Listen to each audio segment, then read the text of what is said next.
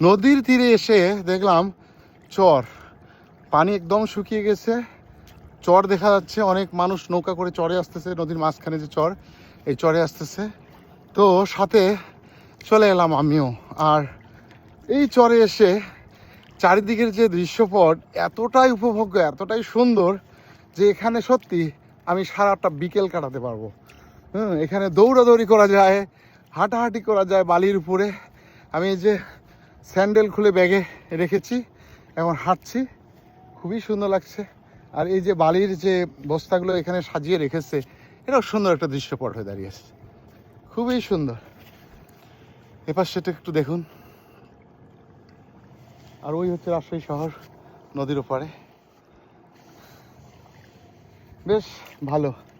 আমি বললাম যে আপনি এই জায়গাটাকে উপভোগ করতে অনেক দূর প্রান্ত থেকে আসতে পারেন। আপনি ওদিকে পঞ্চগড়, নীলফামারী, দিনাজপুর, এদিকে দক্ষিণ অঞ্চল, পশ্চিম অঞ্চল থেকেও আসতে পারেন এখানে সময় কাটার জন্য, পিকনিক করার জন্য। এবং একটুও আপনার মনে হবে না আপনি এসে আপনি লস করেছেন বা টাইমটা ওয়েস্ট হয়েছে, টাকা ওয়েস্ট হয়েছে, টাকা নষ্ট হয়েছে, এরকম না। হ্যাঁ,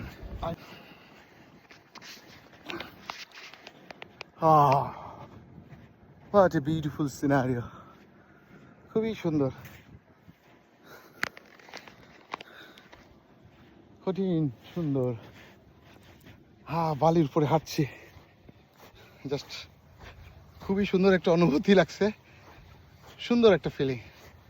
এ পাশে আরেকবার দেখুন, ওদিকে ওদিকে নৌকা আছে, এদিকেও পানি, মাঝখানে চর, ওই পানির উপরেও আবার চর, তার উপরে হচ্ছে খানপুর গ্রাম।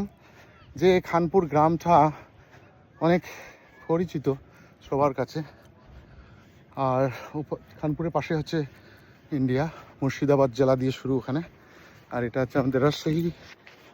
এই যে পানি, তো এখানে আসার পর মনে হচ্ছে এই জায়গাটাকে বিভিন্ন সংজ্ঞায় সংজ্ঞায়িত করা যায়।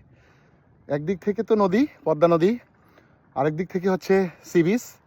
কারণটা হচ্ছে পদ্মা নদীর পানি প্লাস হচ্ছে এই বালির চর একদম সি বিচ রূপে ধারণ করেছে।